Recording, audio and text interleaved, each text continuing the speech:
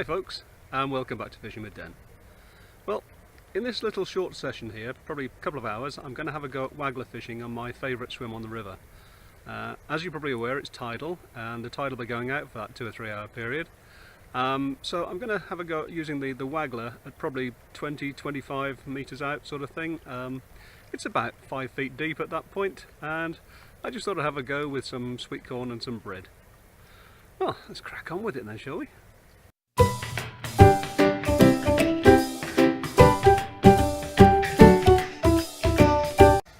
You've all seen the swim before.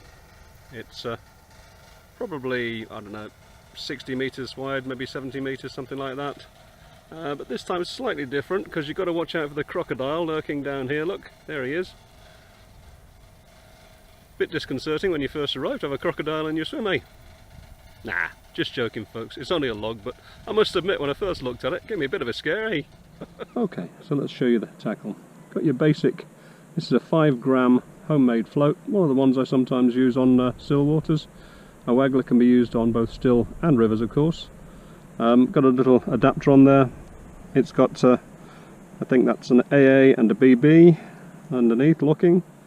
Got a couple of number 6s further down, and a final number 6 which is probably 7 or 8 inches from the hook. Hook is a size 14, got a couple of bits of bread on it, and it's very, very similar to what you've seen me doing when I'm fishing in still waters. So I'm going to use 2 pieces of punch bread. I think this is the 7mm punch. Put it in, 1, 2, just going to push it against my hand to get a bit of compression.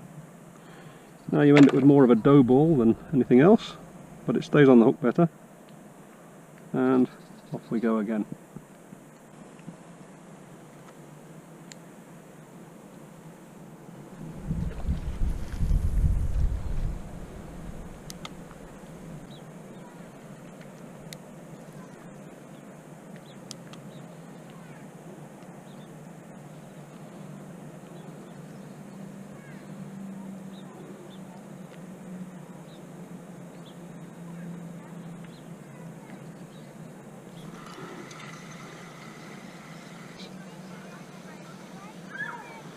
Not big. There we go. Nice little fish though, eh?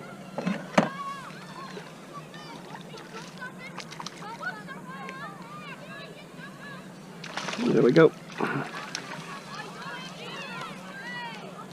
Spiky little things. Thank you! Well, someone's got a clap, haven't they?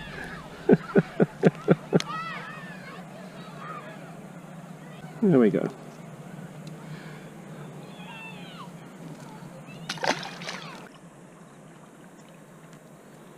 Oh, another little bream.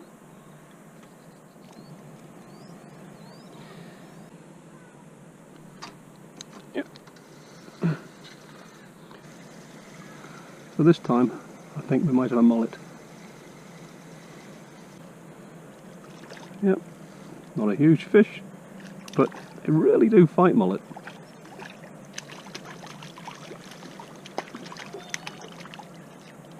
I think we'd better net him just to be on the safe side, eh?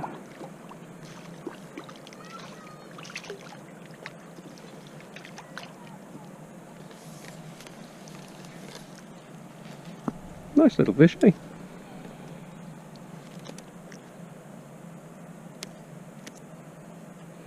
There he is. Well, doesn't seem like there's any carp down there at the moment, but then it could just be because they don't want to take a moving bait. But I am having fun on the waggler, so give it another little while yet. And of course this could be used for any species in any country. As long as they'll take a moving bait, you're fine.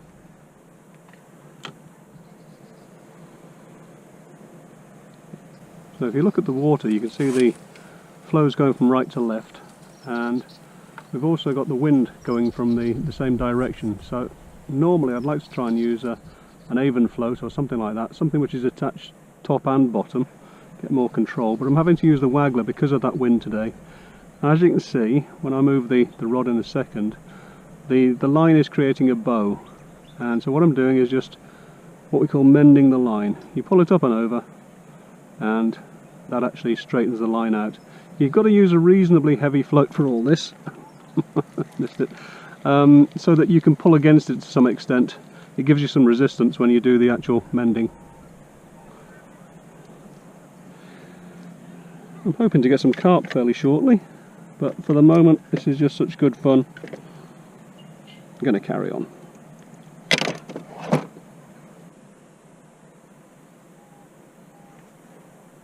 Cast slightly downstream, mend the line, make sure you've got no bow in it.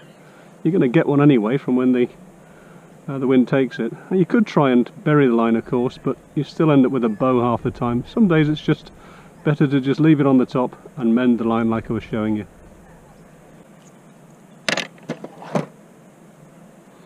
I'll try some sweetcorn in a minute, see if there's any carp around, like I say. But I don't usually do this on the river, this long trotting with a waggler. So give it a go. Mend the line again. Well, that looked like it was a bite. Trouble is, you tend to strike the bread off when you're doing this. I think I'll try a piece of sweetcorn next and see how that goes. At least with that, if you mend the line or strike, you can leave the thing in the water and it will stay on the hook. Well, most of the time anyway. I think the bait's gone. Let's try a couple of bits of sweetcorn on the hook. There we go. Trouble is, the bream don't really like the sweetcorn as much as they like bread. And I was hoping to catch a few mullet as well, so they also like bread. You can catch them on sweetcorn, but it's mostly carp. So we've had the bait in there for a short while now. Hopefully there's one or two carp moved in. We'll see.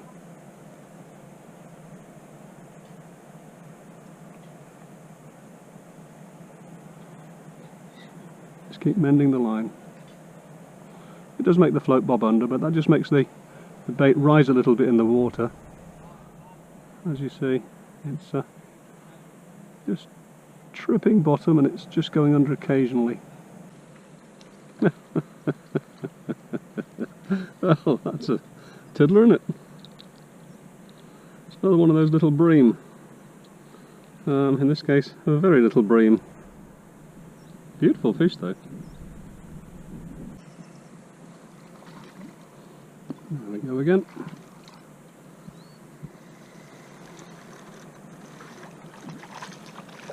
Another little mullet.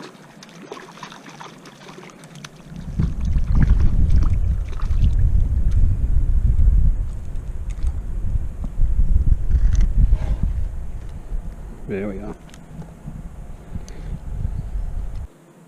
It doesn't matter what country you're in, this method's going to work in any country. If you've got flowing water like this and the fish want to take a moving bait, that's all you need. Now I'm using bread because that's given me the best results today with these bream and mullet. As I say, this is a tidal river, so we've got both freshwater and sea species in here. But frankly, if this was roach or bream or something like that in the UK, you'd catch just as well. Chub love this kind of thing. It's really a good method to try, and it's active too, and it's really enjoyable.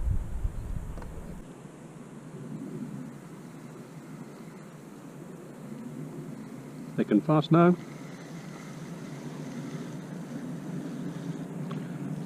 This one's another one of those spiky breams, so I'm going to put this one on the landing net because they've got fins which are going to jag you.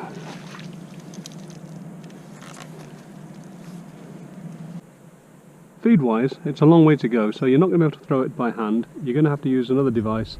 So if you're in the UK, use a catapult. Other countries allow that too, but some countries don't allow the use of a catapult, or a slingshot as they call it, so you're going to have to think of a different way of doing it. And one of those ways is to use one of those throwing tubes that the carp anglers use.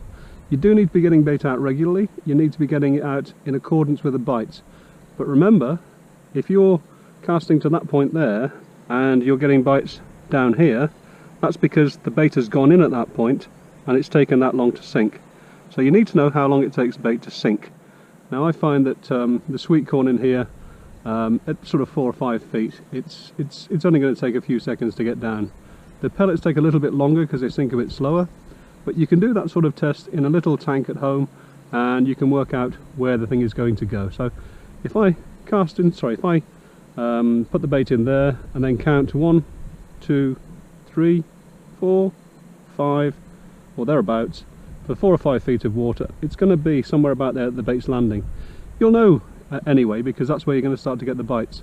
But really the point of this is that if you've got 10, 11 to 15 feet of water, that's going to make things difficult, because it could well be somewhere over in that sort of direction over there before it hits the bottom, and you do need to stay on the bottom. Now we'll be doing a video on a thing called a bait dropper, which gets the bait down fast and keeps it in that one position for you, but that's for another day.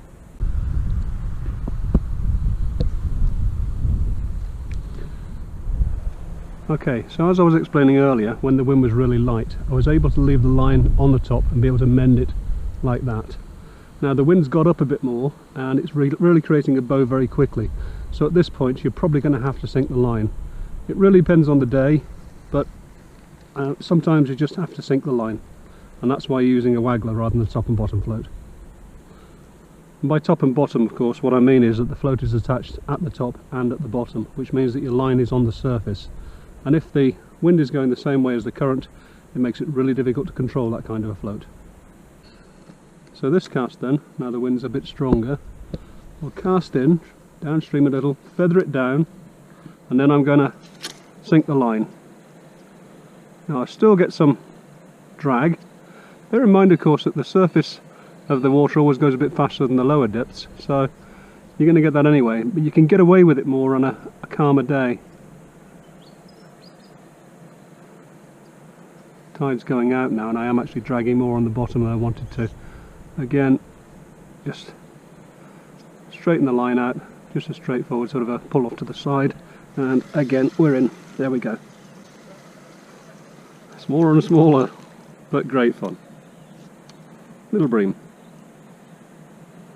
Try not to get spiked this time. Ow! Is there something else with the spikes on them? Well, got a bite on sweetcorn. It's not a carp. It's another one of those bream. Looks like we've got them going now. Not sure I want to necessarily have them going because I love spiky things. Everything about them is a spike.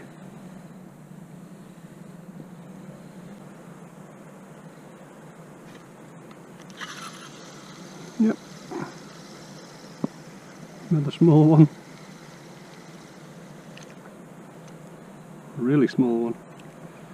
I'm wolfing down the sweetcorn now. Right, come on fish. Ow.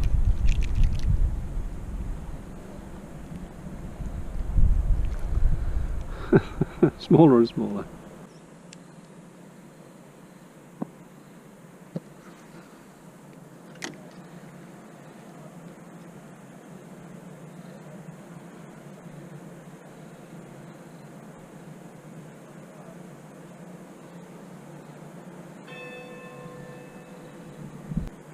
Well, short session today, that's 1 o'clock, so I think we'll call it quits at that and start packing up.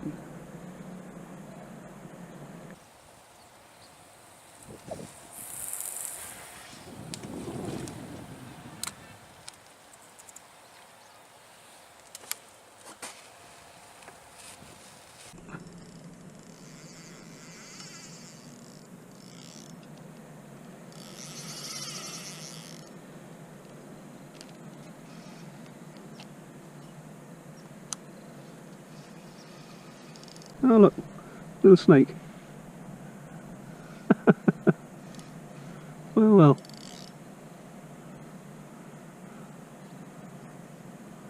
As long as he stays clear of me, we've cracked it. Well, with crocodiles and snakes, I don't know.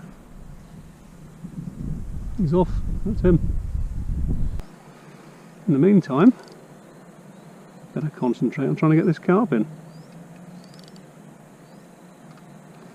Down in all that weed down there.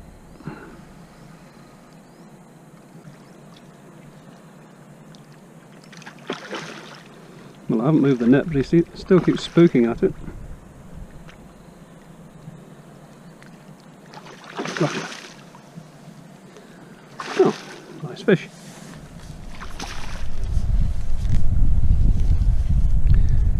same as normal, sort of £6 range, something like that. Well, that's the end of another one, folks. Waggler fishing isn't something I do on the river a lot, but thoroughly enjoyed trotting it through today, and if it gave you some information you can use where you live, that's fine by me. Anyway, as usual, if you liked it, click the button. If you want to subscribe, you can do that too. Until the next time, bye for now.